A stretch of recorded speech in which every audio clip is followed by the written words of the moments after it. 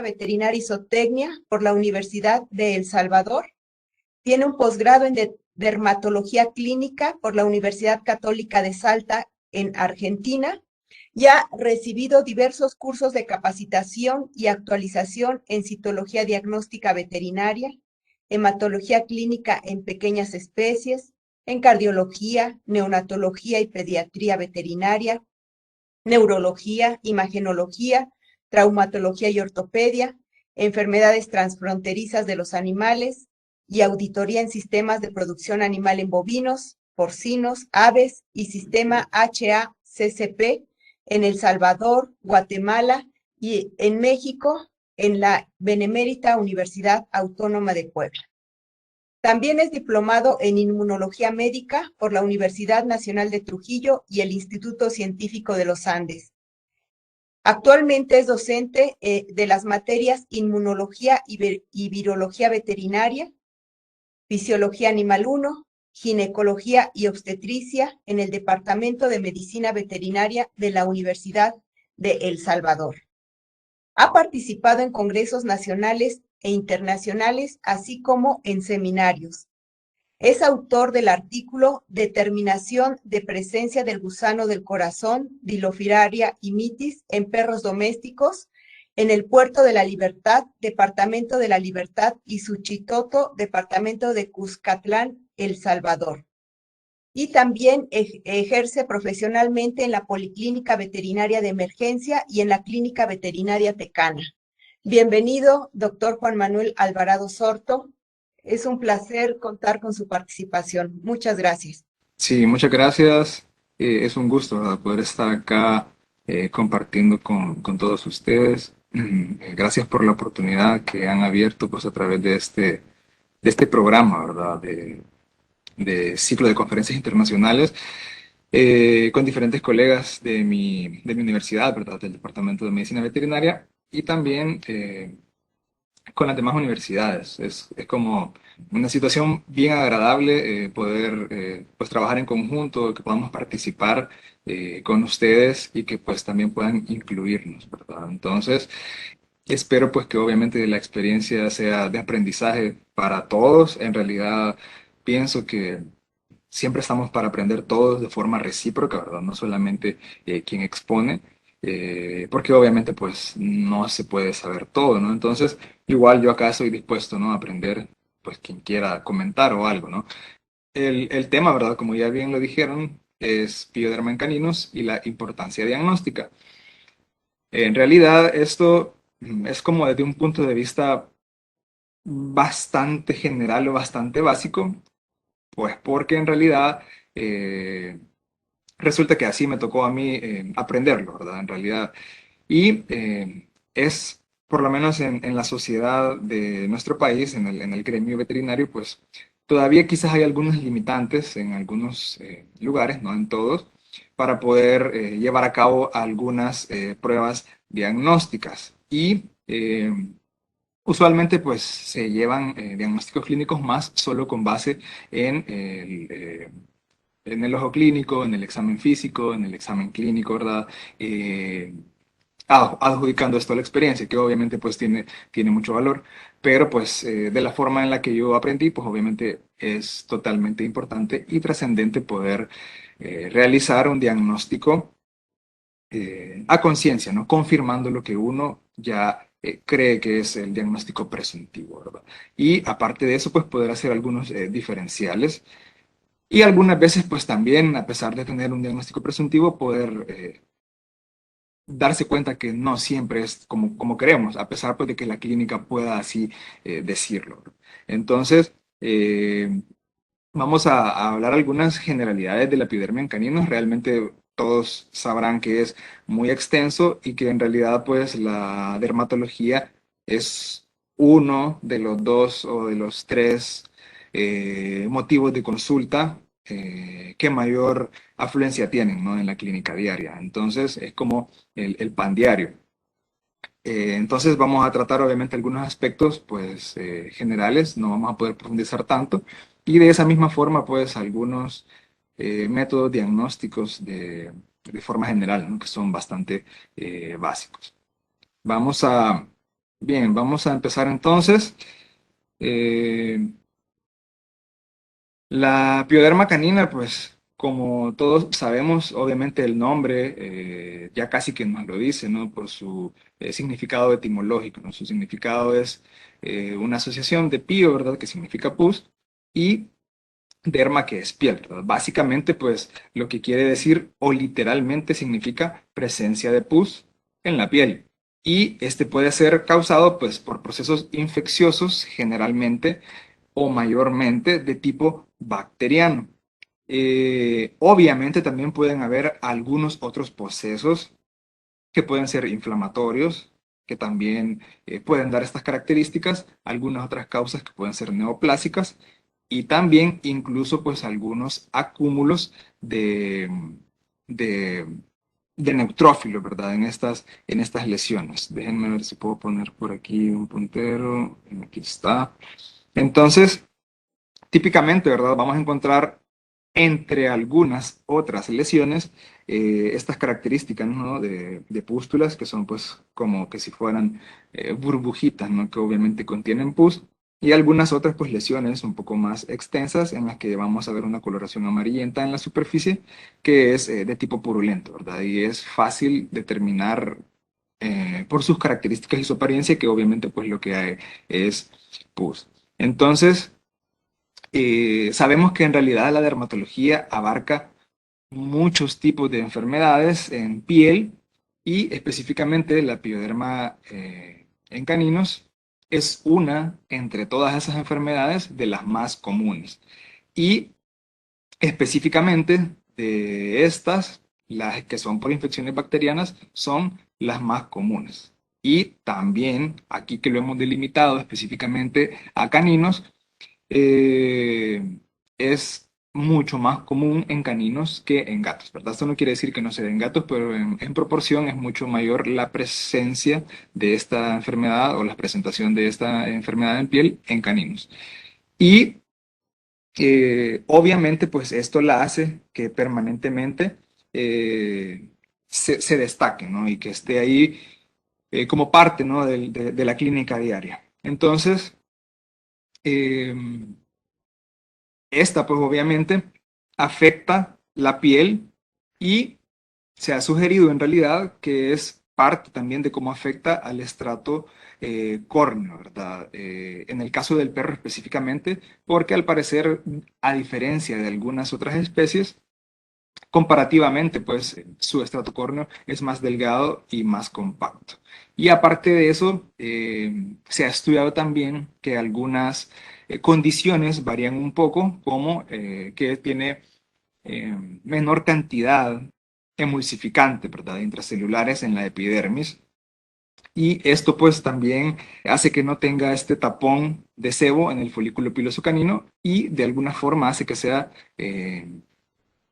como más fácil de verse afectada, ¿verdad? Este órgano, este tejido. Y vamos siempre a tener que existen diferentes clasificaciones, ¿verdad? Según el tipo de profundidad que tenga la pioderma. Y tenemos pioderma de superficie. Estas normalmente están limitadas únicamente a la superficie de la piel, lo que quiere decir en realidad que estas no se van a extender más allá o de forma más profunda hacia el estrato córneo, ¿verdad? O también, visto de otra forma, no va a penetrar los folículos pilosos. Va a ser únicamente en la superficie cutánea, ¿verdad? En la epidermis. Tenemos también la pioderma superficial y esta, pues a diferencia, sí incluye el folículo del pelo, ¿verdad? Pero no se extiende hasta la dermis. Y tenemos también la pioderma profunda, que van a ser infecciones que se extienden dentro de la dermis, ¿verdad? Obviamente, pues ya está en un plano de estas capas que es mucho más profundo. Siempre debemos de recordar, ¿no? Estos esquemas que vemos siempre de piel para poder entender esto, ¿verdad? El pioderma de superficie estaría directamente sobre la superficie, ¿verdad? Sobre la epidermis. Y en el caso pues, de la epiderma superficial, va a estar pues ya en la superficie, pero bajo el estrato córneo, ¿verdad? Bajo la superficie. Y por eso es que puede afectar también al folículo piloso. Y la profunda pues ya está afectando a la dermis también. En algunos casos puede llegar a afectar incluso pues también la hipodermis, su tejido subcutáneo. Y tenemos también otro término que es conocido como pseudopioderma, y realmente pues no se consideran como piodermas, ya que son más bien un proceso de inflamación de la epidermis. Y en realidad pues sobre este proceso inflamatorio o de daño en la epidermis hay un sobrecrecimiento, ¿verdad? De gérmenes sobre esta capa, ¿verdad? Pero normalmente no se acuña con el término infección, ¿verdad? Eh, Sino que como sobrecrecimiento, ¿verdad? O un crecimiento excesivo. Y realmente, pues, esto hace una gran diferencia, una gran delimitación también al momento de hacer su terapia antimicrobiana, ¿verdad? Pues, a pesar de que son bacterias y están en una cantidad excesiva en la superficie, realmente vamos a ver acá más adelante que eso no justifica su antibioterapia, ¿verdad? Sistémica, pero pues sí puede ser tópica. Y para esto tenemos un ejemplo, y en realidad en esto se basa lo que les decía al principio de que está enfocada realmente a la importancia diagnóstica.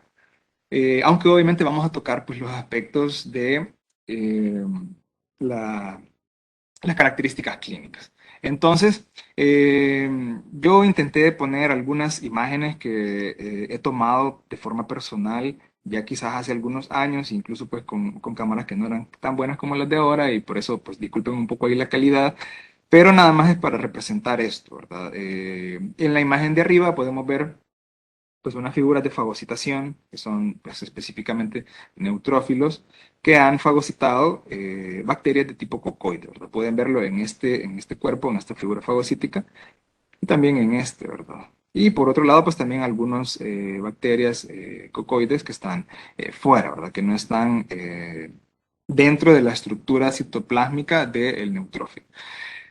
Y a esto pues normalmente es a lo que se le llama una infección bacteriana, en este caso pues en pioderma, ¿verdad? Que se considera una infección. Y lo que mencionábamos acá, ¿verdad? De pseudopioderma, que es un sobrecrecimiento de bacterias en la superficie de la piel, pues normalmente lo que vamos a encontrar es como esto. Acá, como les digo, perdón porque no se ve bien, pero todos estos representan bacterias de tipo cocoide y únicamente pues están por ahí, ¿verdad? Agrupadas, aisladas, como formando racimos, ¿verdad? O colonias, pero en realidad están únicamente sobre la superficie. Usualmente están asociadas a queratinocitos, ¿verdad? Se encuentran así como sobre los queratinocitos. Pero en realidad no hay ninguna figura de fagocitación que nos indique que esto es una infección, sino que únicamente esto nos da la idea de que es una colonización. Eh, Normalmente, ¿verdad? Cuando tenemos estas consultas y sospechamos de pioderma, es porque existe, aparte de las características clínicas visuales, algún historial que usualmente está asociado a prurito. Y también en algunas ocasiones, cuando son condiciones crónicas o recidivantes, podemos ver que en realidad al preguntar en el historial nos comentan que anteriormente ha tenido estos casos y que le dan algún tipo de antibiótico por determinada cantidad de tiempo y que tiene una buena respuesta, ¿verdad? Pero de repente pues tiene sus recidivas. Entonces, si tenemos este historial, ¿verdad? De prurito, de que han tenido terapia antimicrobiana a la que responden, pues fácilmente podemos sospechar de pioderma, ¿verdad? Y obviamente también por las características clínicas, como les mencionaba, presencia de pústulas, de pápulas y de collaretes epidérmicos, que son algunas de las características clínicas más frecuentes de, valga la redundancia, de la clínica de pioderma. Entonces, todas estas son parte, ¿no? De las razones que nos hacen pensar fuertemente en pioderma. Y si bien es cierto, debemos de recordar algunas otras enfermedades de la piel que también cursan con pústulas, que obviamente pues no son de origen bacteriano. Y sabemos que hay otros tipos de afecciones en la piel que van a causar algunas características como foliculitis bacteriana y apolillados, por ejemplo, que van a ser de origen por dermatofitos, por demodicosis y algunas otras, ¿verdad? Como pérfido foliáceo, perdón. Em, la importancia en realidad de esto, como les mencionaba al inicio, es porque en diferentes estudios, en diferentes países, a nivel internacional, siempre está entre los primeros tres lugares del motivo de consulta, la consulta dermatológica, ¿verdad? Y es por eso que en realidad yo les mencionaba que es el pan diario de la clínica de mascotas. Entonces, esto obviamente tiene mucha frecuencia, pero todos somos conocedores de que rara vez va a amenazar la vida, ¿verdad?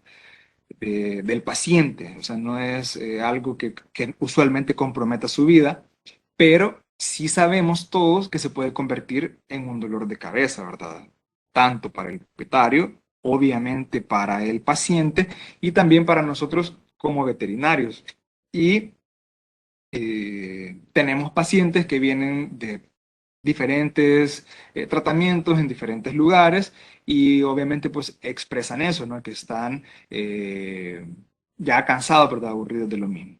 Entonces, sobre todo porque es una enfermedad de la piel que se caracteriza por persistente prurito, ¿verdad? Que en casos intensos obviamente puede llegar a causar dolor y también puede tener cambios inflamatorios en la piel que pueden llegar a ser severos, ¿no? Y al final, la relación, ¿no? Que un propietario espera con su mascota, a la que quiere, puede también verse comprometida porque es molesto, pues, por el olor, por los rascados, por los aullidos cuando se rascan, etcétera, ¿verdad? Entonces, eh, y bueno, en realidad, pues esto lleva, por todas sus características y sus presentaciones, al constante uso de antimicrobianos en la práctica en este caso, pues específicamente de caninos, ¿verdad? Incluso en algunos estudios mencionan, por ejemplo, yo leí uno en el Reino Unido que básicamente pues mostraba que un 92% de como 630 perros, si no mal recuerdo, estudiados con pioderma, a un 92% de esos perros se les había dado tratamiento con terapia antibacteriana sistémica, ¿verdad? Ya fuera que confirmaran o que solamente fuera una sospecha de pioderma. Entonces, eso nos hace pensar también en la clínica pues, diaria que nosotros conocemos, que vivimos, que algo de cierto hay en esto. Y en realidad, la importancia entonces de esta temática, de la importancia diagnóstica, viene a esto, que en realidad no podemos aplicar ese tipo de clínica en dermatología, específicamente en pioderma, pues porque presenta las características clínicas, las pústulas o cualquier indicio de que es pus, eh, dar de forma indiscriminada y sin una confirmación de infección un antibiótico sistémico. Y sobre todo, pues esto también con las nuevas, todas estas nuevas verdades de la resistencia antimicrobiana. Y específicamente, pues para la dermatología, la, um, la resistencia a la meticilina, ¿verdad? Que es uno pues, de los antibióticos con los que se mide um, a la mayoría de, bueno, a la familia de los estafilococos, que obviamente puede presentar alguna modificación en sus genes que hace que sean resistentes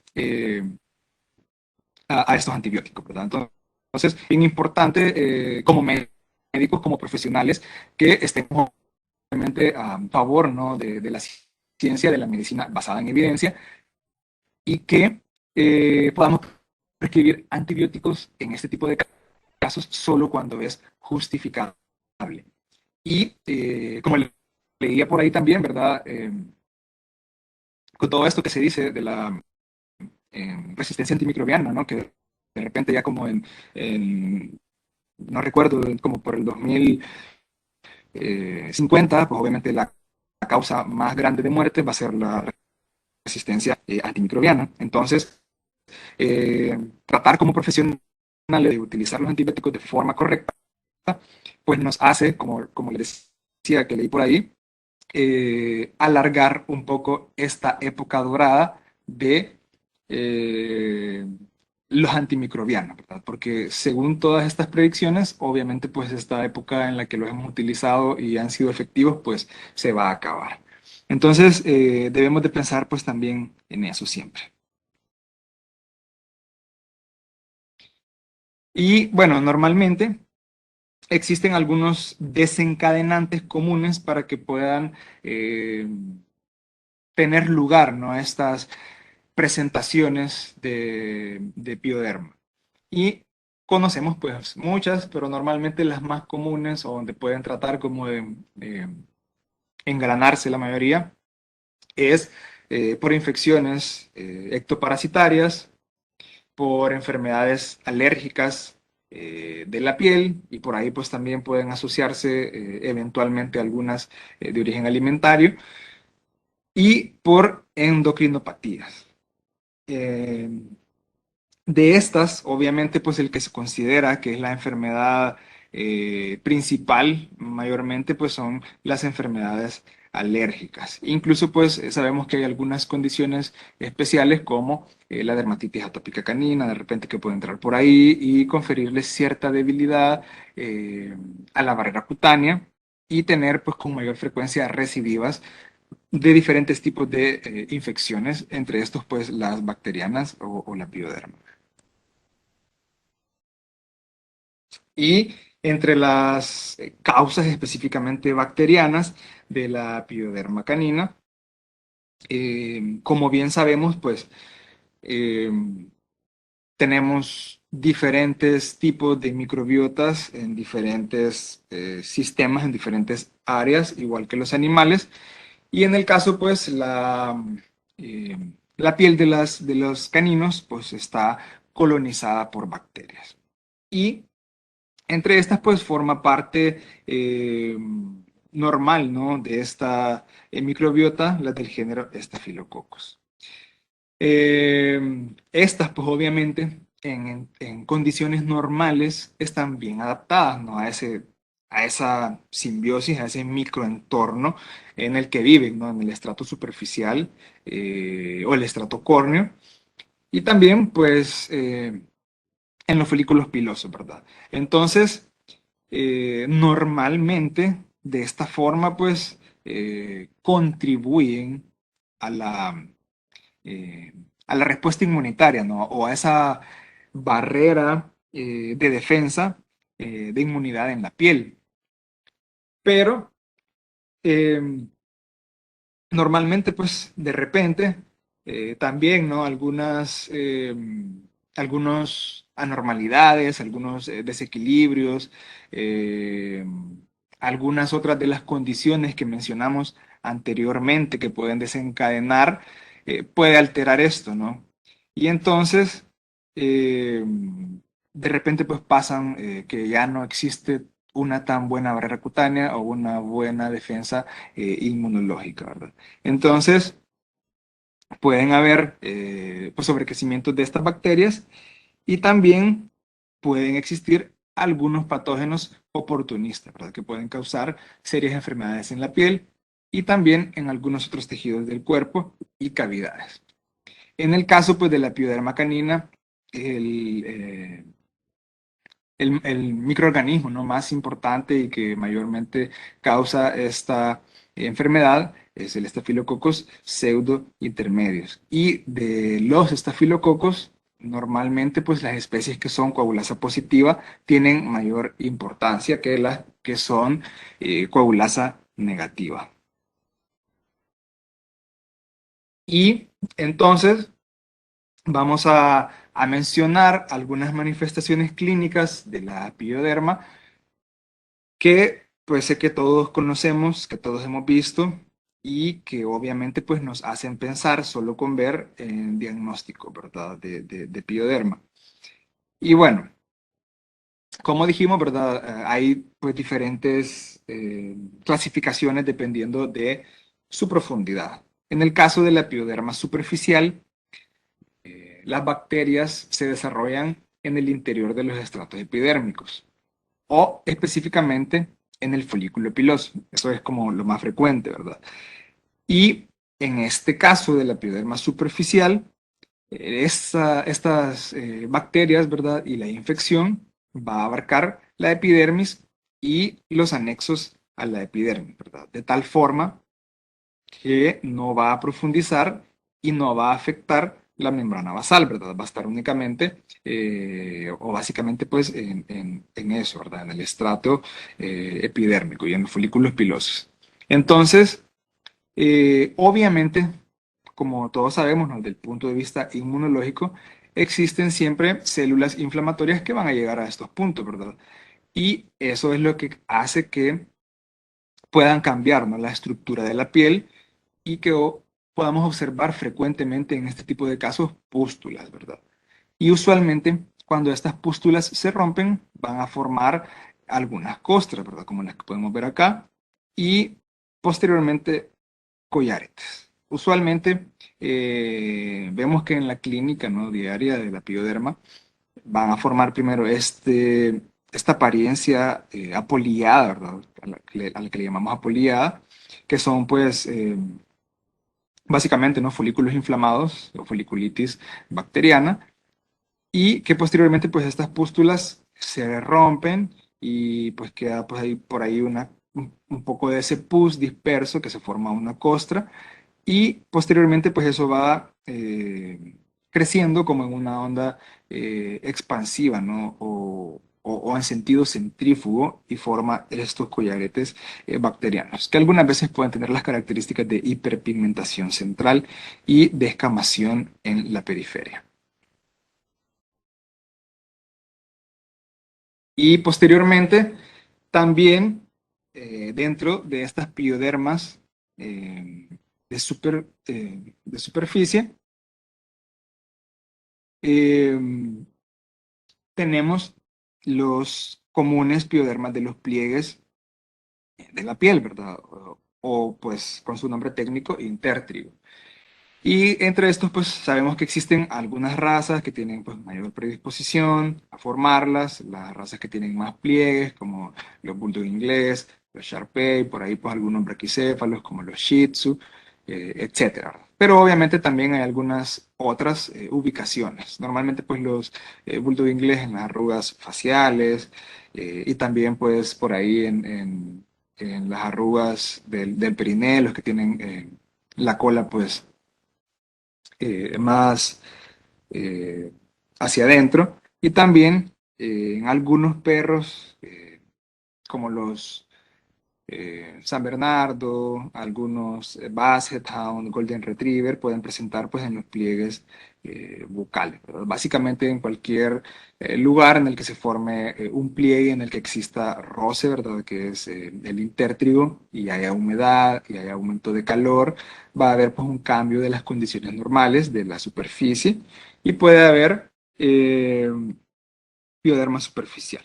Normalmente pues son si los quisiéramos ver así, defectos anatómicos, perdón, donde se forman esos pliegues y obviamente pues esos pliegues son los que se colonizan por bacterias, ya sea en labios, como mencionamos, en cara, pueden haber en algunas otras ubicaciones, por ejemplo en perras, ¿no? Con vulvas poco desarrolladas, en los pliegues vulvares, también en la parte caudal del abdomen, en perras que están lactando, por ejemplo, o que tienen eh, agrandadas las glándulas mamarias, si hay un roce entre ambas cadenas, puede pasar también.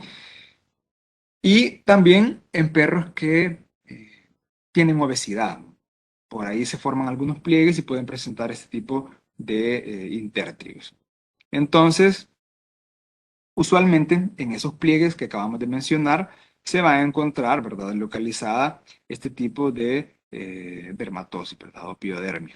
Y va a caracterizarse, como vemos acá en esta imagen, por tener pues eritema, ¿verdad? Está enrojecido, hay cierta exudación, en algunos casos hay supuración, y lo más común, que todos habremos olfateado alguna vez, pues tiene mal olor, ¿verdad? Al ver estos pliegues, ¿no? O al tocar de repente, pues estos pliegues, un olor que incluso, pues después de lavarse las manos, muchas veces persiste por bastante tiempo.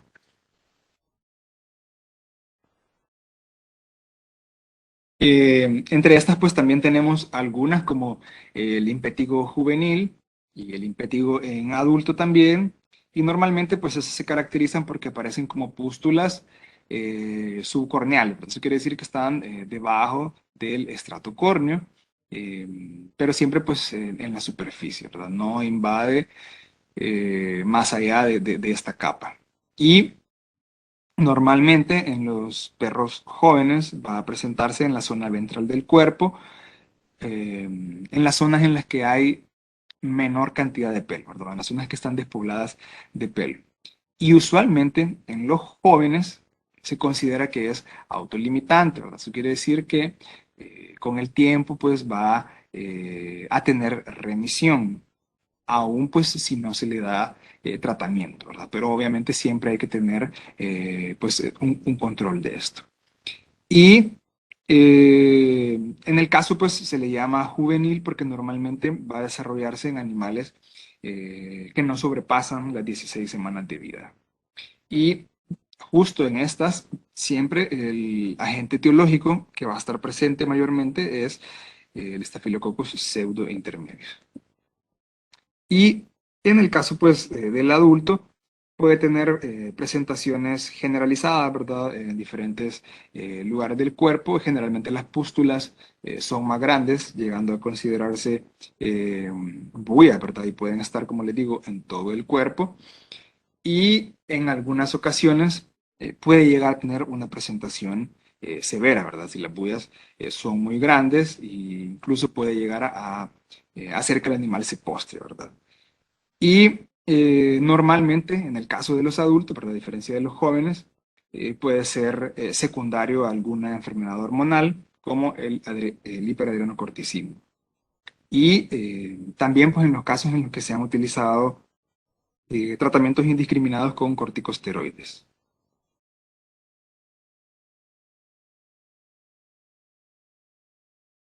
Y también en esta pioderma superficial, como mencionamos en las primeras imágenes, tenemos eh, la foliculitis, ¿verdad? Esta, pues, eh, quizás es una de las formas más comunes en las que todos hayamos visto eh, una pústula, ¿verdad? Formada en un folículo inflamado. Y, pues, por eso mismo se considera que es la forma más común en la que se presenta la piodermia. Son de formación pues bastante rápida y la característica es pues que incluso perros que tienen pelo largo pues se les va a ver que tienen esa característica de apolillado, aunque no podamos ver directamente las pústulas en la piel. Y al revisarlas pues a contrapelo sí vamos a poder ver o observar estas características foliculitis bacterianas.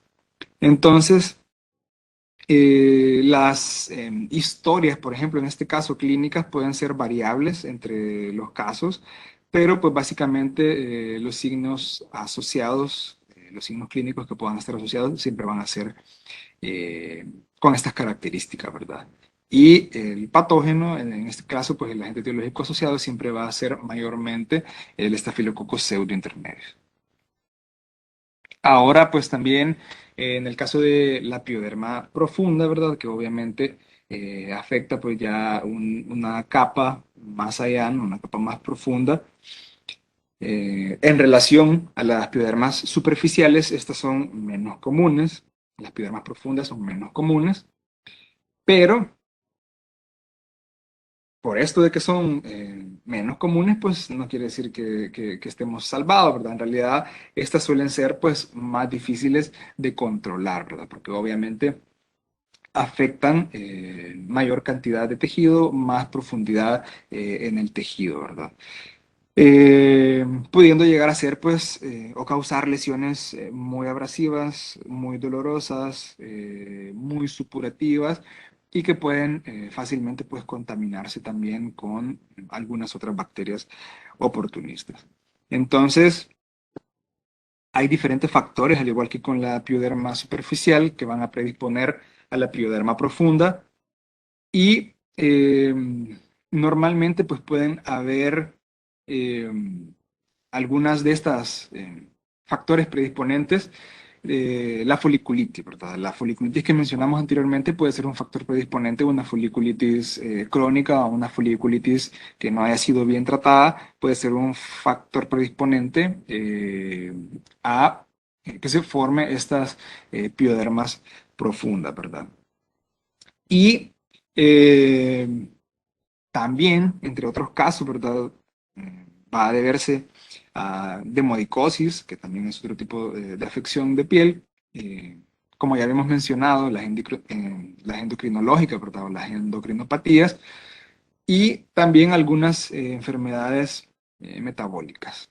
Y obviamente las deficiencias inmunológicas o los problemas alérgicos, ¿verdad? También van a estar como factores que pueden ser predisponentes para la pioderma profunda.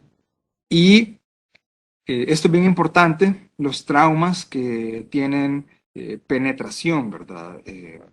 Frecuentemente puede observarse en perros que se utilizan para cacería o para eh, salidas de, pues a zonas verdes, ¿no? A volcanes, etcétera, perros que andan en fincas y eso, eh, o que son muy activos, ¿no? Y corren a la par de sus dueños en montañas o atrás de la bicicleta, que se meten pues en todos lugares donde hay arbustos, maleza, etcétera, y que tengan introducción de algunas espinas o algunas otras estructuras que de alguna forma les penetran la piel y son pequeñas y de repente pues quedan por ahí, ¿no? Que hicieron el daño o que se introducieron y estas pues van a predisponer a la entrada de bacterias a través de esa perforación, de esa penetración y puedan formarse pues también estas piodermas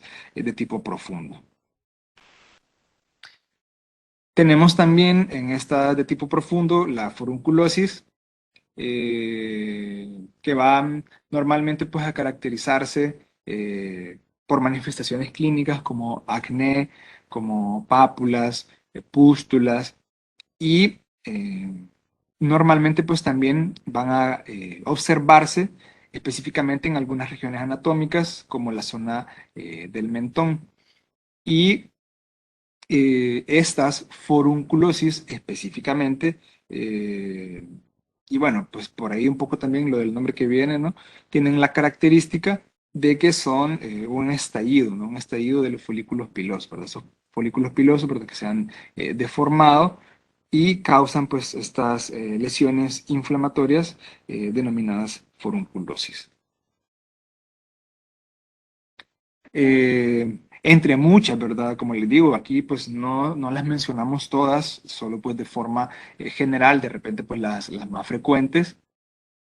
Tenemos también el pioderma nasal y estas son pústulas y costras que van a encontrarse pues mayormente o la forma más común de presentación en la clínica es sobre el puente de la nariz, ¿verdad? Sobre el puente nasal y puede extenderse en algunas ocasiones pues hacia los párpados también.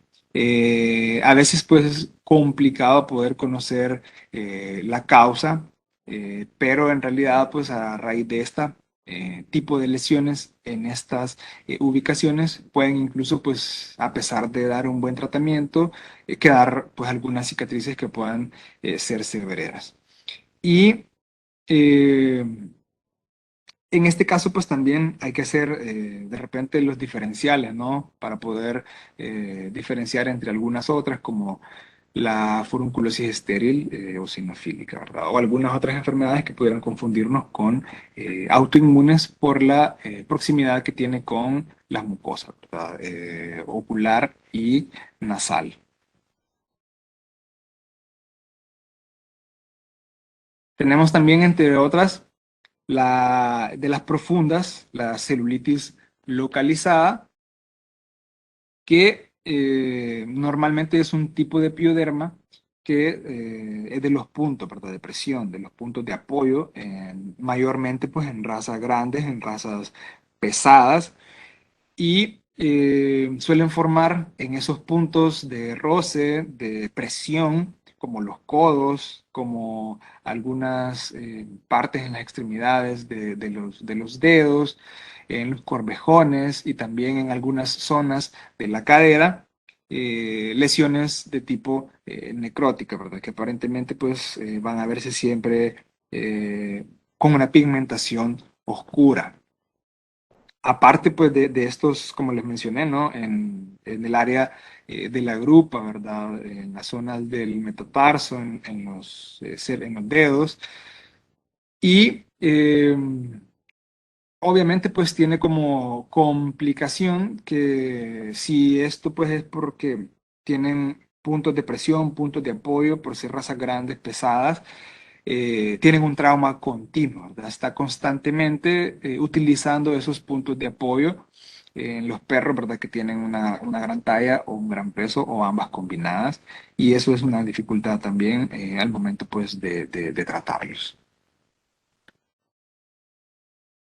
Y entre estas también profundas, eh, hay una que se llama piodemodicosis, que es una necrotizante y que puede encontrarse en realidad a lo largo de toda la piel.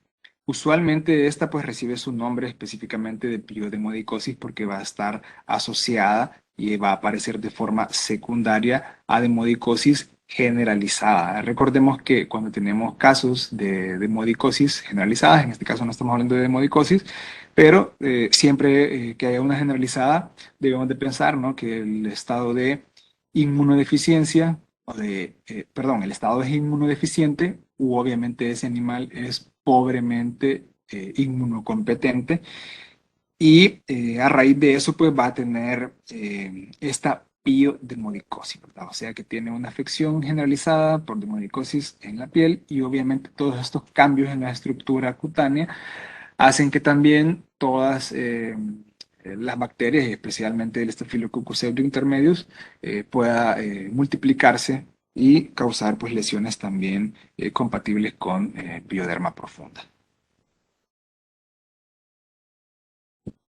Y entre otros, pues también que eventualmente puedan tener una presentación con cierta frecuencia, tenemos el complejo pioderma interdigital, que está asociado pues también a la pododermatitis, ¿verdad? Entonces, eh, cuando esta pododermatitis, que puede ser por diferentes motivos, no es infecciosa, pues normalmente no va a haber piodermia, ¿verdad? Pero si en las condiciones de estas pododermatitis hay un aumento de bacterias oportunistas, o en el caso, ¿verdad? Porque acá también hay frecuentemente humedad, temperatura aumentada, algunas veces por algunas otras causas alérgicas, constantes lamidos, etcétera. También pueden crecer algunos otros microorganismos que no son bacterias, sino que malacesia, por ejemplo, y puede producir, ¿no? Estas condiciones de pododermatitis y todas las características que se dan ahí, ¿verdad? Que serían similares a las del intértrigo, que son eritema, ¿verdad? Enrojecimiento en esta zona, edema, acumulación de líquidos, que pueda volverse exudativa, que por esa misma inflamación y esos cambios puedan volverse zonas que pierden el pelo.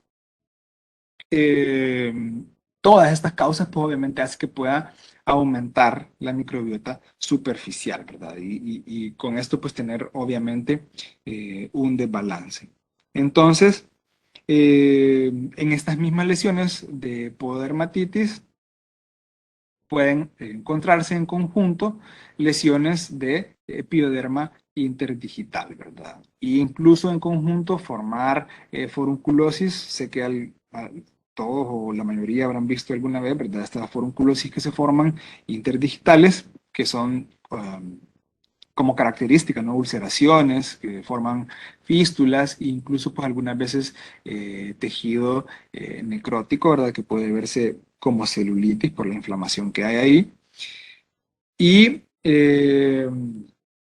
suele presentarse mayormente pues con perros que tienen como condiciones y esto pues condiciones específicas y se vuelve repetitivo, ¿verdad? De tal forma que eh, puede sí convertirse en un pioderma interdigital y puede llegar a cronificarse, ¿verdad?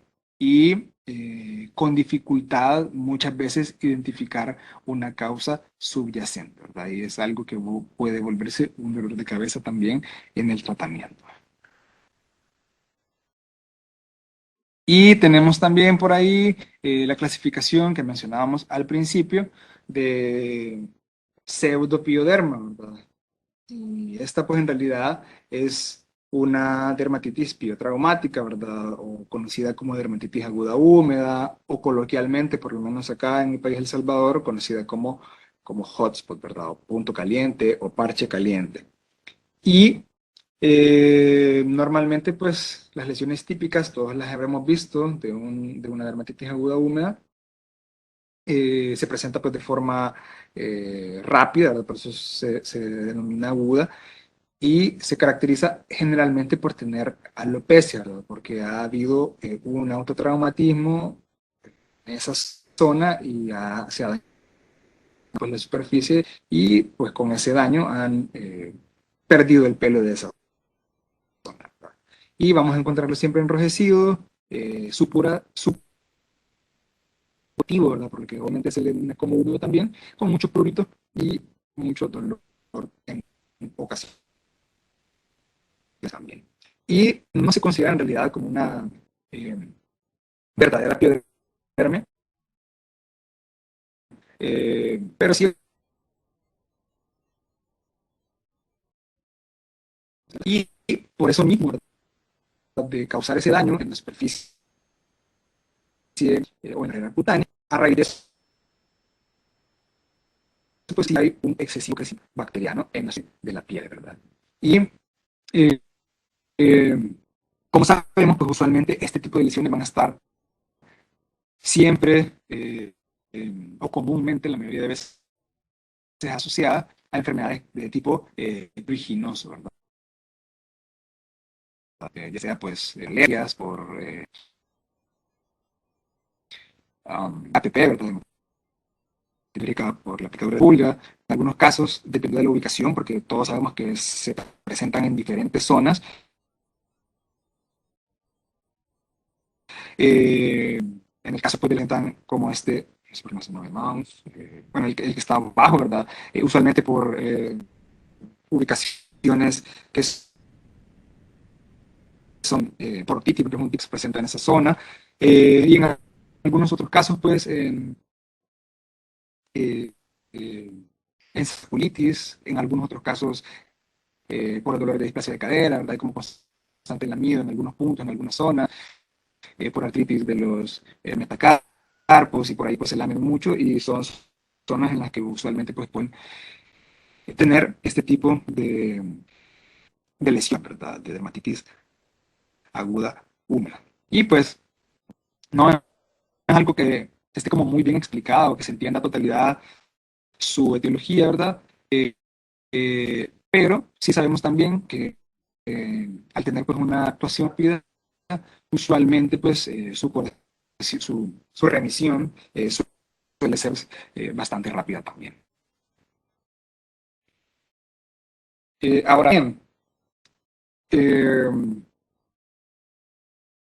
con respecto a esto, diagnóstico, que es quizás como la parte en la que quisiera enfocar, y bueno, esto específicamente pues para quien les interesa o ven introducirse, si de repente alguien va al mundo de la dermatología, o estudiantes, ¿verdad?, que le llaman la atención, es muy importante esto, ¿verdad? Por lo menos en mi caso particular, cuando yo pues ese de la carrera, pues realmente eh, pocos diagnósticos podía hacer, ¿verdad? Pocas diagnósticos laboratoriales, llamémosles así. Y obviamente pues siempre he escuchado mucho sobre la citología de repente, las ciclografías, y decía, pues no las he hecho, ahora son los raspajes. Y esto pues es muy, muy importante y por eso es que se denomina así la charla, ¿verdad? La importancia diagnóstica de la pioderma. Obviamente esto pues no es un taller, no es un curso específico de citología diagnóstica, en dermatología, pero sí hacer hincapié y, como les decía, ¿no?, a confirmar nuestros diagnósticos presuntivos y también pensar pues, en que cada vez debemos de ser más proactivos y mejorar, ¿no?, por ahí nuestras capacidades técnicas científicas para poder hacer los diagnósticos, ¿verdad? Recordando siempre pues, que la mejor medicina que podemos practicar es la medicina basada en evidencia, más que lo que podemos ya por práctica. Entonces, el diagnóstico pues, de la pioderma va a estar obviamente igual que en todas las ramas, ¿verdad? Basado en la historia clínica y el examen físico. Pero acá vamos a hacer énfasis en los exámenes complementarios.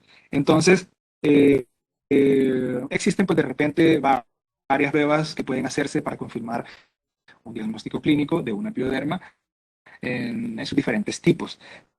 Pero en realidad acá tenemos que llamar algunas pruebas, ¿verdad? Que son pruebas de primera elección o de primera mano y pruebas de segunda elección. Normalmente, pues las que se clasifican como pruebas de primera elección son las pruebas que vamos a poder realizar de forma inmediata en el consultorio, ¿verdad? O a la par del paciente, ¿verdad? Ahí, ¿verdad? A la par de la mesa. Entonces, usualmente estas herramientas son la citología dermatológica, el raspaje cutáneo, eh, la tricografía y también pues por ahí las técnicas de cintas de acetato, ¿verdad? Eh, Específicamente para el diagnóstico de pioderma, eventualmente pues la que mejor se adapta es la citología dérmica, ¿verdad? Y obviamente esta pues es una prueba rápida para poder evaluar la presencia de pioderma o sobrecrecimiento bacteriano, que es lo que les mencionaba al principio, ¿verdad? Confirmar que hay una pioderma, que es una infección, o un sobrecrecimiento bacteriano, que no es una infección, sino que más bien un aumento de la cantidad de bacterias en la superficie cutánea o colonización, ¿verdad? Y la diferenciación en esto, como les dije al principio, en las primeras dos imágenes que les dije que son algo viejitas, ¿verdad? Que yo tomé, que no tienen muy buena calidad, igual que estas dos de arriba, eh, básicamente es eso, ¿verdad? Para evaluar la presencia o confirmar la infección, ¿verdad?, de pioderma, debemos de tomar una citología, que usualmente va a ser siempre, en el caso pues de las pústulas que están sin romper, pues obviamente haciendo una antisepsia en la zona, podemos romperlas con una aguja estéril y improntar ahí una lámina. O en el caso pues de las que son ya costrosas, podemos retirar la costra o levantarla y improntar por debajo de la costra. Eso toda la vida va a ser así. Si lo hacemos por arriba de la costra, pues lo único que vamos a tener es un montón de detritus y de eh, materia que no nos va a ayudar en el diagnóstico. Tenemos que levantar siempre la costra y abajo de la costra vamos a ver que hay una parte pocamente húmeda o muchas veces muy húmeda, purulenta, y justo eso es lo que tenemos que improntar para poder hacer nuestras citologías, ¿verdad? Y entonces, a la hora de observarlas, lo que nos va a confirmar la presencia de pioderma como infección como tal, son las figuras de fagocitación que ya habíamos mencionado, ¿verdad? Que usualmente, pues, en casos verdaderos, digámoslo así, ¿verdad? De pioderma, deben demostrarse, pues, las bacterias intracelulares, que generalmente van a estar en el interior, ¿verdad?, del citoplasma de un neutrófilo, como esta que ven acá y como esta que ven acá.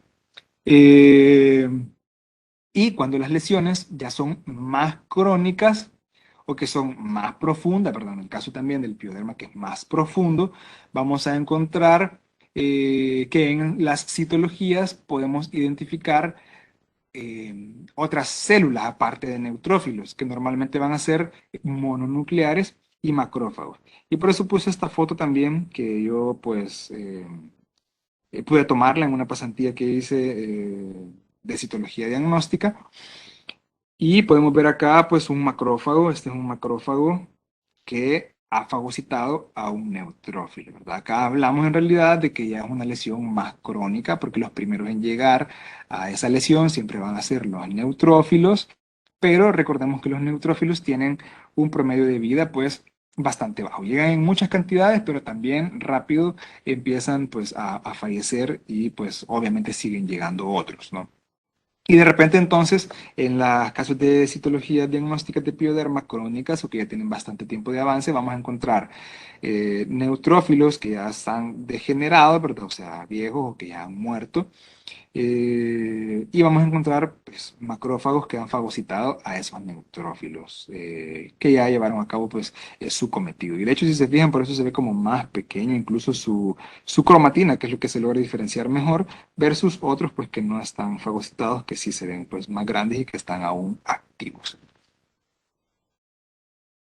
Entonces, eh, también, por otro lado, ¿verdad? Lo que acabamos de decir es lo que sirve para evaluar y confirmar la presencia de pioderma como tal, como una infección o un sobrecrecimiento bacteriano. Entonces, la citología dérmica también, en el caso pues, de las piodermas de superficie, por más que de repente tengamos lesiones, características que nos hacen pensar que es una pioderma que necesita antibioterapia sistémica, eh, vamos y le hacemos la citología y si tenemos más de 2 bacterias por campo, un aumento pues en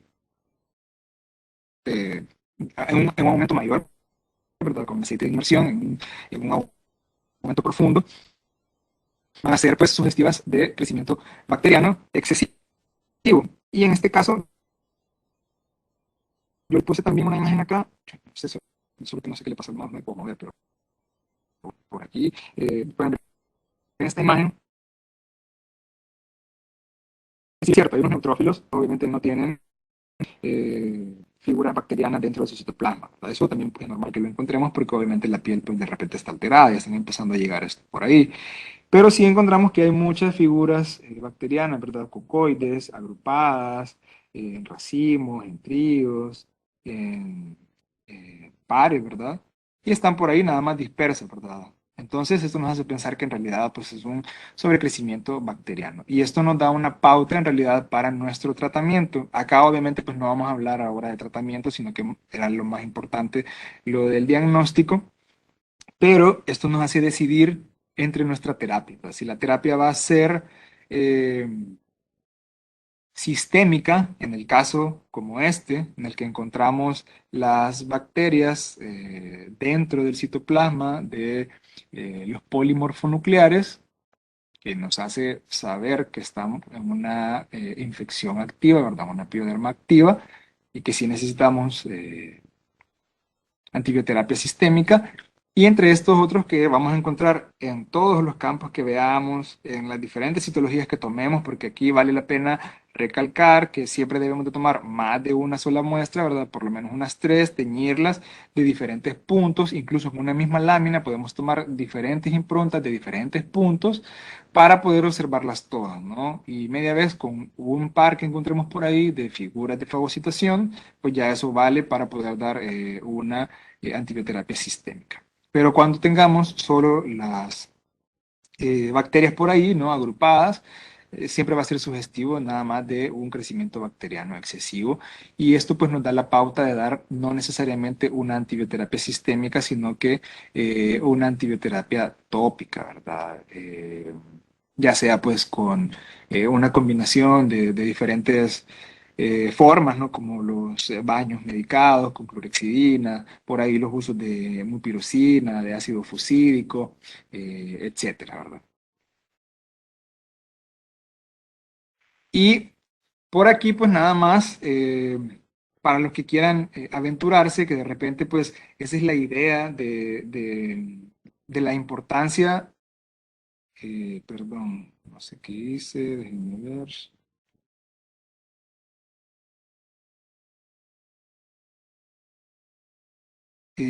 ¿Sí me escuchan? Perfecto, doctor. Se le escucha muy Solo bien. que perdí ok, solo permítame. Ah, aquí está, ya, ya. Ah, es que no sé, me salí del modo presentación. Sí están viendo la diapositiva de características de la citología, ¿verdad? Así es. Sí, muchas gracias. Entonces, como les decía, en realidad el enfoque de esto y de la importancia diagnóstica de la pioderma, perdón,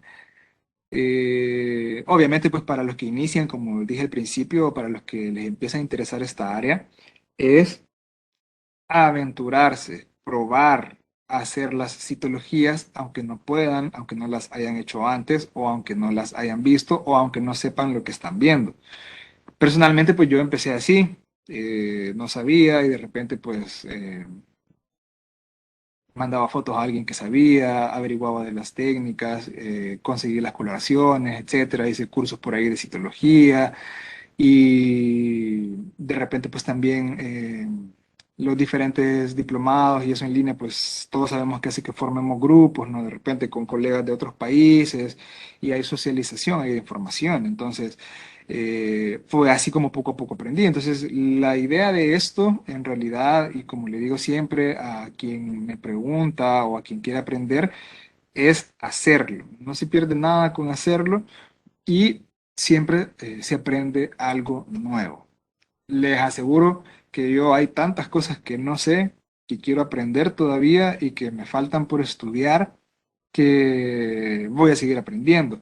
Pero es pues nada más una invitación. Yo realmente pues desconozco a los que están acá escuchando, ¿no? Pero si de repente por ahí hay alguien que todavía no eh, siente que puede o que quiere aprender y no sabe cómo, pues la única forma es de aventarse, ¿no? Entonces, de repente hay aquí algunas características de las citologías dependiendo del tipo que tengamos. Obviamente acá me hacen falta las fotos, pero es para que tengamos una idea, ¿no? También de lo que nosotros creemos que vemos clínicamente, que lo podamos confirmar a través de el diagnóstico citológico. Entonces, tenemos, por ejemplo, un intertrigo que, como bien dijimos, bien fácil de diagnosticar clínicamente, ¿verdad? Presuntivamente en un eh, bulldog inglés, por ejemplo, que para mí quizás es de lo más común de ver.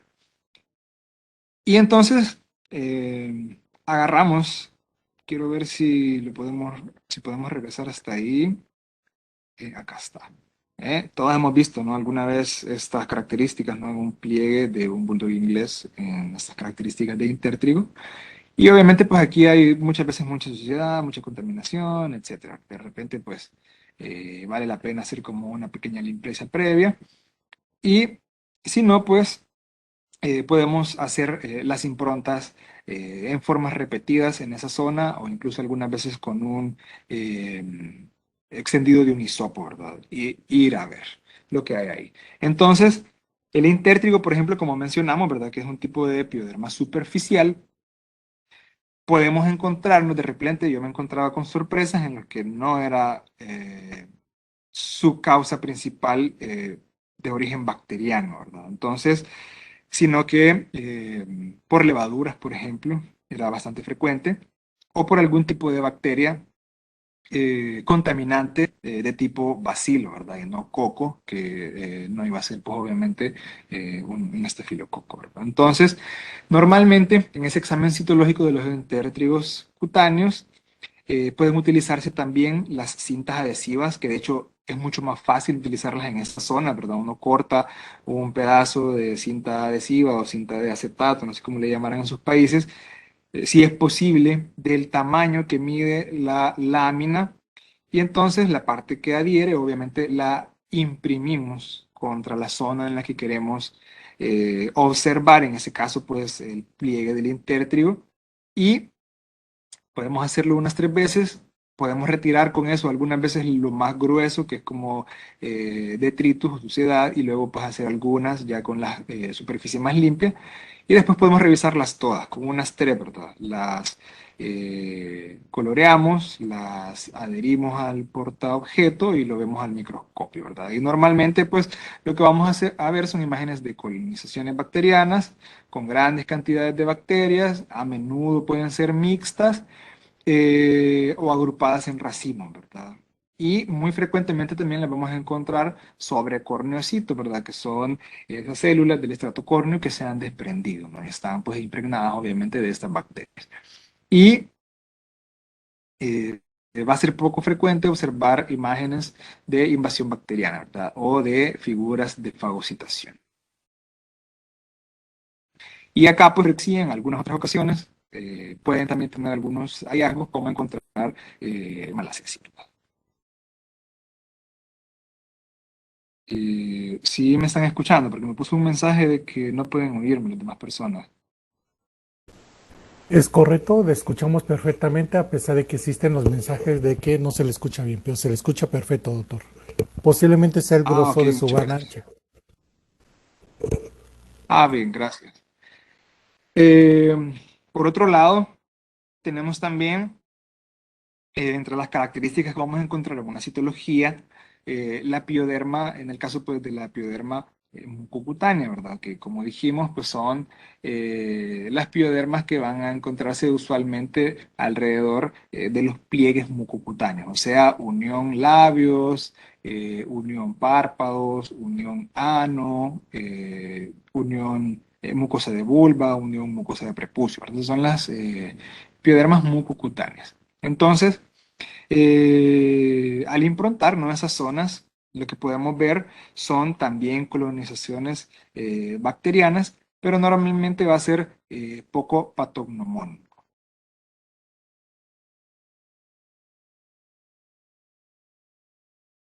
Y en el caso, pues acá obviamente pues es solamente algunas. En el caso de impétigos del perro joven, al observar, ¿no?, una citología de estas lesiones que son pústulas, ¿verdad? Que son pustulosas, eh, las que normalmente se recomienda que se hayan pinchado, ¿verdad? Con una aguja estéril, permite pues observar bastantes microorganismos que van a estar asociados a polimorfonucleares, ¿verdad? Neutrófilos que pueden estar degenerados, y también abundan las imágenes de fagocitosis, ¿verdad? Que indican una invasión bacteriana. Y en el caso, pues, de furunculosis localizada, en esta, si recuerdan, pues mencionamos que eran un tipo de pioderma profunda. Y en este, pues, eh, vamos a ver raramente imágenes de fagocitosis de cocos. Normalmente en este tejido supurativo, que suelen ser esas lesiones, ¿verdad? Que de repente están también en los puntos de apoyo y que tienen, eh, que parecieran como agujeros, ¿verdad? Las lesiones que hay, y que en diferentes presiones o movimientos sale líquido exudativo, que usualmente puede ser sero sanguíneo lento. Vamos a ver mayormente un tipo de inflamación, pues piogranulomatosa, ¿verdad? Quiere decir que en realidad lo que más vamos a ver son polimorfonucleares y macrófagos en una gran cantidad, en todos los campos saturados de edad, y muy pocos figuras de cocos.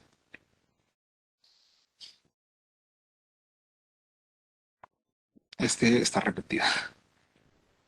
En el caso de la furunculosis piotraumática, a pesar pues de que es una pioderma profunda, ¿verdad? Normalmente puede ser un poco decepcionante, ¿verdad? Porque va a verse únicamente algunas colonizaciones o algún aumento, pues, de las figuras bacterianas.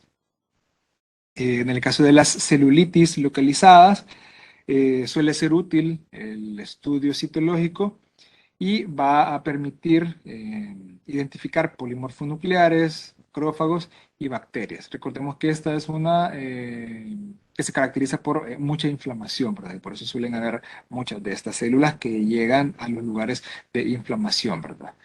Y a pesar de eso, pues que podemos encontrar polimorfonucleares, macrófagos y bacterias, pueden estar en conjunto, pero puede ser complejo a veces identificar imágenes de fagocitos.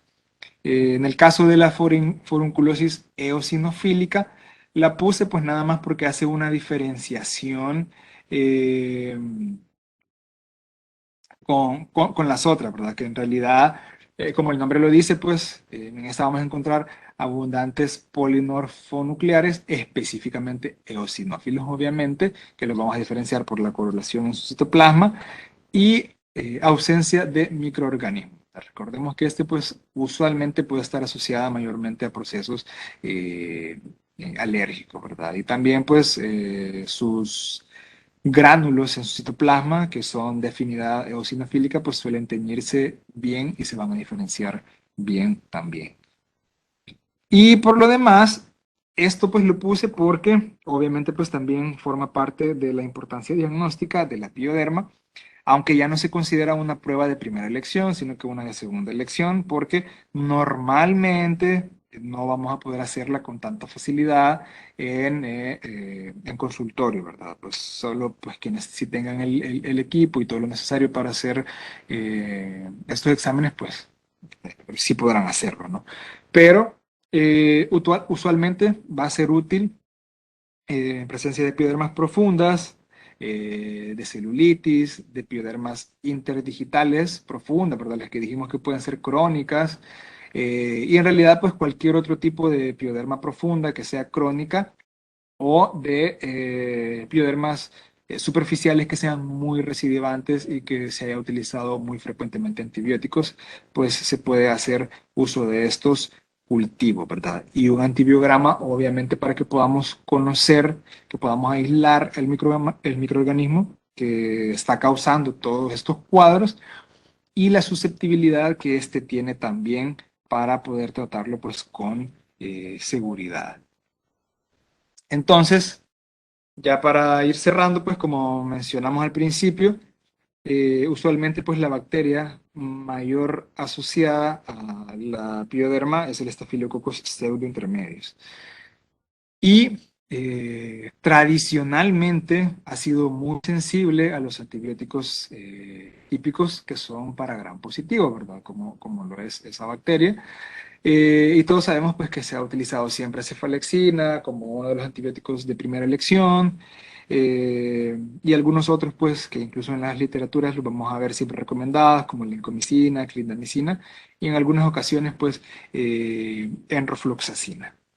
En este caso pues eh, cabe mencionar, ¿no? Que como acabamos de decir que es un gran positivo, es poco habitual que tengamos piodermas por microorganismos gram negativos, ¿verdad? Entonces es muy poco habitual y de hecho pues normalmente pues no se considera algo tan importante, ¿verdad? A menos que formen pues también sus figuras de fagocitación. Eh, Más del 99% de las piodermas causadas por estafilococos pseudointermedios se considera que van a responder bien a estos antibióticos que normalmente pues, se consideran de primera elección. Y eh, existen pues obviamente muchos otros antibióticos que podrían considerarse potencialmente útiles, pero eventualmente pues no tienen tan buen resultados en la piel como esto, ¿verdad? Y eso en realidad se debe a la difusión que estos antibióticos puedan tener, ¿verdad? Porque recordemos que estamos viniendo de mencionar algunas de las características de las lesiones de esta pioderma, que suelen ser algunas exudativas, purulentas, eh, Y ahí obviamente es donde se va a encontrar el estafilococo, ¿verdad? Entonces, normalmente se considera que esas zonas supurativas tienen una poca actividad intracelular, ¿verdad? Y justo ahí es donde permanece el estafilococcus. Y estos antibióticos normalmente tienen una diseminación bastante buena hasta estos sitios para poder, pues, surgir un efecto, ¿verdad? Y por acá pues nada más les dejo también una tabla, ¿no? De los que normalmente pues recomiendan también para piodermia, entre los que encontramos pues algunas otras opciones, pero pues obviamente muchos de estos va a depender de si hacemos alguna prueba complementaria, ¿verdad? Como mencionamos, de la bacteriología. Además de todo esto, cabe mencionar que, por ejemplo, los antibióticos que son de primera elección, como la cefalexina, la clindamicina, la lincomicina, eh, al tener confirmado, ¿verdad?, que podemos utilizarlos, que estamos ante una pioderma activa con figuras de fagocitación o a través también de un antibiograma, debemos de utilizarlo, ¿no?, de la forma de la que hay evidencia, ¿verdad?, de cómo debe de usarse. Y esto pues puede ser desde mínimo 3 semanas hasta 6, 7, 8 semanas, ¿verdad? Recordemos que el parámetro de esto siempre lo va a dar eh, que cuando hayan desaparecido las lesiones completamente, vamos a dar aún 2 a 3 semanas más después de desaparecidas las lesiones, ¿verdad? Este tipo de antibióticos no podemos solo decir 3 semanas y ya, o solo cuando ya desaparecieron las lesiones, porque frecuentemente pues vamos a tener también condiciones refractarias, ¿verdad? De este mismo cuadro. Entonces, esto pues nada más para mencionarlo, ¿verdad? Esta no es sobre tratamiento, sino que básicamente, como les mencioné, para resaltar la importancia del diagnóstico. Y con base en eso, pues poder emitir el mejor tratamiento, que pues podría ser muy bien un tema aparte también lo del tratamiento. Entonces, eh, nos quedamos hasta aquí, ¿verdad? Llega hasta acá. Es un gusto, ¿verdad? Que podamos compartir eso y, pues me imagino que hay un espacio para preguntas. Agradecemos bastante, doctor Álvaro Sorto, por su participación. En este momento, doctor, si tuviera un tiempecito, quisiéramos pasar a la parte de preguntas y respuestas, las cuales ya hay algunas preguntas por parte de nuestros asistentes. Am, Solo tengo que verlas en algún punto. Déjenme revisar, porque no tengo el chat ahorita. Si gusta, yo se las leo, doctor. Sí, es correcto, doctor, se las podemos leer. Ok. Sí, está bien, por favor. ¿Sí? Perfecto. Sí. Doctora, ¿quién participó? Irma, ¿usted la lee Diana, o la leo un servidor? como guste. Bueno, tengo la primera pregunta, doctor. Y nos dice, ¿podría repetir la diferencia citológica para decir entre una terapia sistémica y una tópica, por favor? Eh, Quiero ver si entendí. Es con base en el diagnóstico citológico para decidir entre una terapia sistémica y una terapia Es tópica. correcto, doctor. Ajá. Eh, Todavía ven mi presentación, Es está correcto. compartiéndose en Todavía la pantalla. estamos viendo. Voy a regresar a esa diapositiva. Bien, esto pues, quiero ver si es esta. Ujú. Bueno, eh, aquí mencionábamos en realidad que la citología dérmica es la prueba diagnóstica más rápida, más sencilla y más precisa, o quizás la que mejor se adapta para un diagnóstico de piodermia. Y realmente eh, acá es donde es bien importante que podamos valorar el tratamiento que vamos a elegir con base a lo que observamos. Si, por ejemplo, tenemos un caso de pioderma en el que tenemos costras, pápulas, eh, por ahí algún collarete bacteriano y eso, y nosotros improntamos algunas de estas lesiones, las coloreamos, las observamos al microscopio, y lo que observamos al microscopio en diferentes campos de citologías que hemos tomado también en diferentes puntos en un perro, y observamos pues esta figura que estoy acá marcando con el cursor, que es una figura de fagocitación, que eso quiere decir que este polimorfo nuclear, este neutrófilo, ha fagocitado, ¿verdad?, bacterias de esas lesiones, porque obviamente ya hay bacterias en esa zona,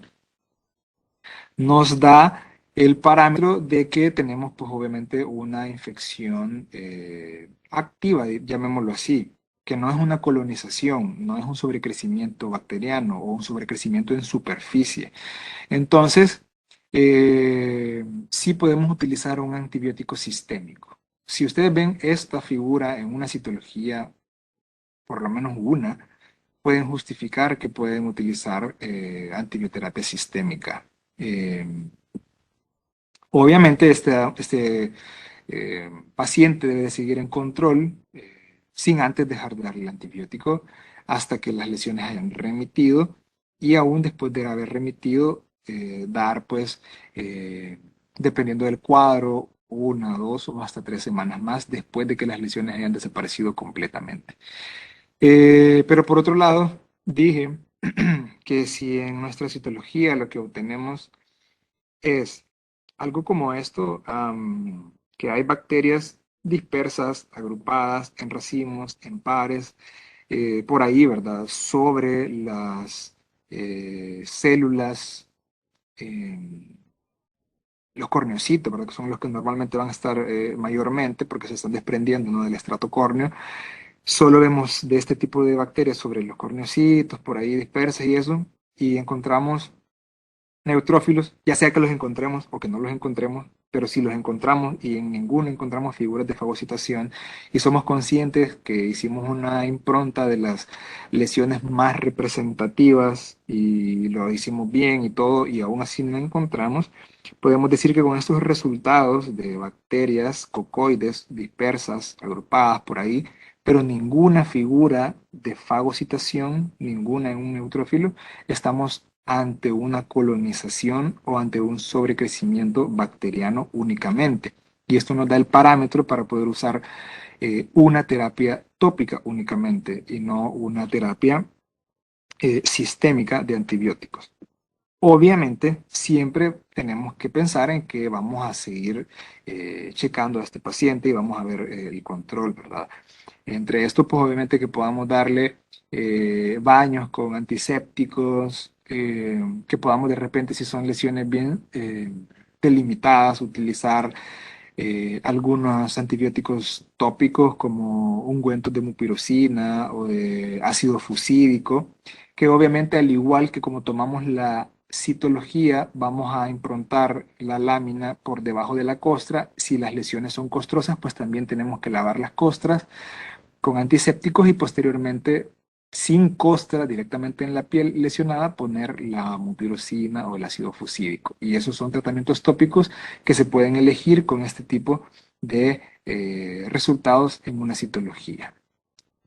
Como les decía, pues obviamente va a confirmar esta decisión, ¿verdad? Este criterio de dar la terapia tópica, la evolución favorable que el paciente tenga. No sé si con eso pues te queda más claro o si pues tratamos de esclarecerlo de otra forma. Gracias, doctor. Tenemos la participación de Daniela y nos dice, ¿la producción excesiva de sebo puede ser causa de una pioderma? Bueno, normalmente ese es como un tipo de trastorno queratoseborreico, en el que obviamente pues las glándulas sebáceas por diferentes condiciones en las que normalmente hay inflamación del folículo, ¿verdad? Y anexo al folículo está la glándula sebácea, producen más sebo, ¿verdad? Del normal. Y tenemos pues condiciones de seborrea, diferentes tipos. Pero es conocido también que normalmente estos ácidos grasos, ¿verdad?, que se encuentran en ese sebo, también tienen algunas propiedades antibacterianas.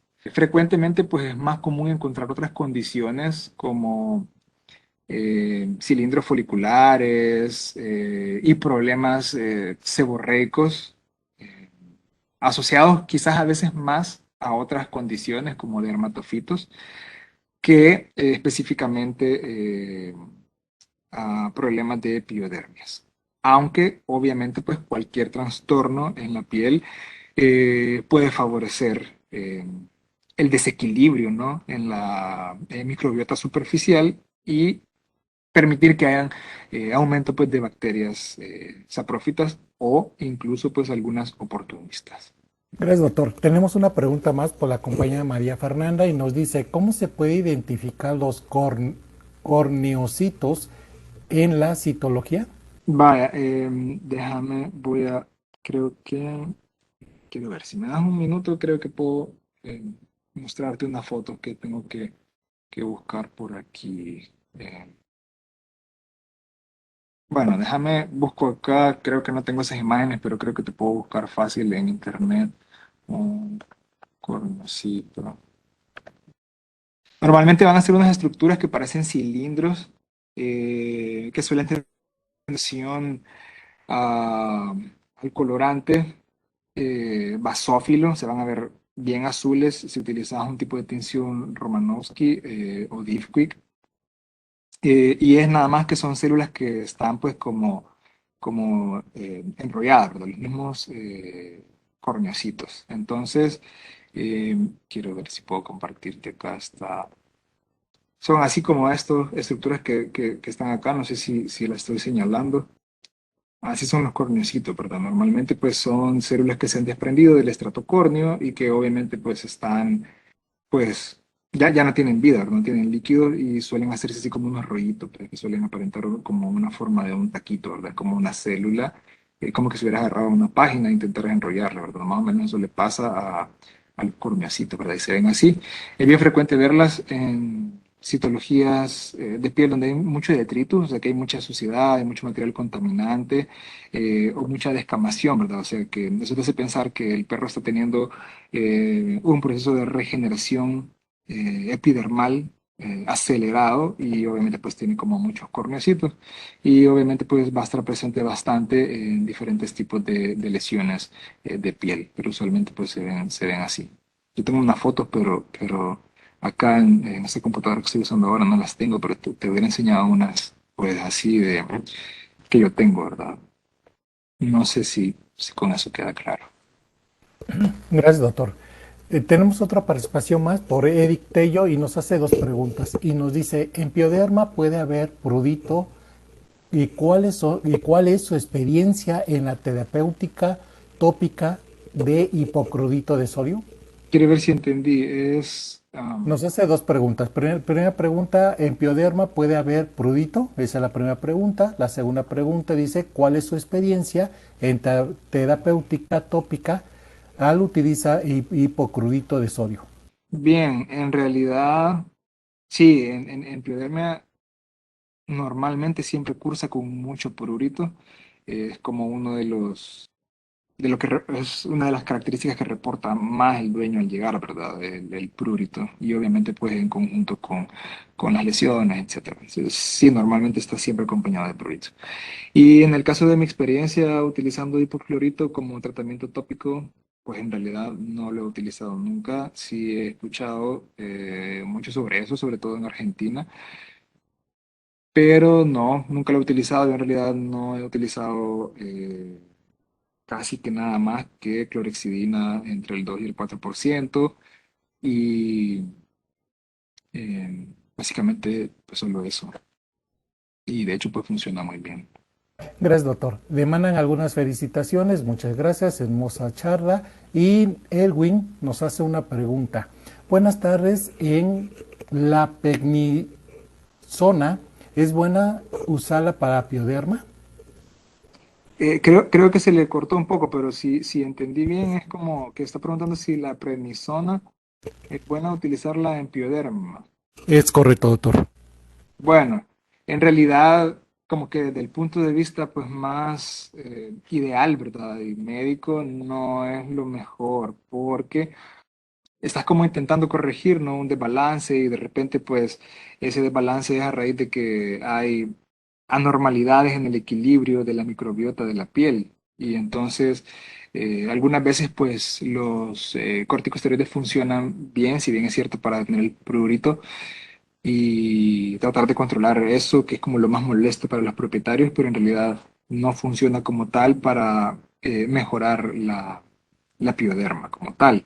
Entonces puede ser como contraproducente, si bien es cierto, tenés el beneficio de que dejan de rascarse, pero pues puede abonar a futuro que hayan pues, recidivas. Entonces, usualmente lo que se intenta siempre es tratar de corregir, ¿verdad? La causa principal y en el caso pues que hayan causas subyacentes también.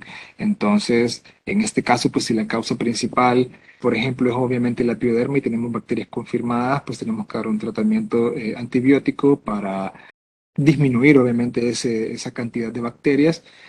Y en el caso pues de otras enfermedades que puedan ser subyacentes, como por ejemplo una alergia por picadura de la pulga, vamos a tener que tratar también esa causa, ¿verdad? Entonces, eliminando las pulgas.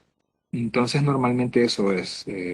Sé que mucho en la práctica convencional, ¿verdad? Se utiliza eso para tratar de reducir el prurito, pero incluso actualmente en algunos tratamientos de dermatitis aguda húmeda, por ejemplo, que suele utilizarse comúnmente mucho, se recomienda pues no utilizar y pues todo es por eso, ¿verdad? Porque en realidad al final siempre causa un desbalance, un desequilibrio. Recordemos que en cierta parte funciona como un citostático, ¿no? Que de repente pues detiene el crecimiento de algunas células y entre esas células también tenemos las del sistema inmunitario, que es uno de los sistemas que podemos tener deprimidos cuando hay todo este tipo de complicaciones de pioderma.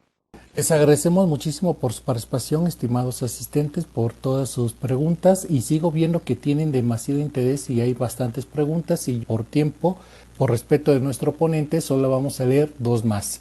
Nos dicen, doctor, en Enriquia canis, ¿puede dar como enfermedad secundaria pioderma? Sí, sí, exacto. Esa es una de las cosas que mencionábamos al principio, ¿no? De que siempre puede haber una causa, ¿no? Subyacente ahí que hace que hayan ciertas recidivas o que haya frecuencia con pioderma. Por ejemplo, una de las más comunes, por ejemplo, más frecuentes en alergia sería la dermatitis atópica canina. Generalmente es la causa principal alérgica por la cual los perros pueden tener dermatitis, perdón, que pueden tener pioderma a recurrencia y también algunas otras afecciones como aumentos de malacesia, ¿verdad? Que también causan lesiones y también demodicosis. Eso sería como uno de los ejemplos más comunes en dermatología.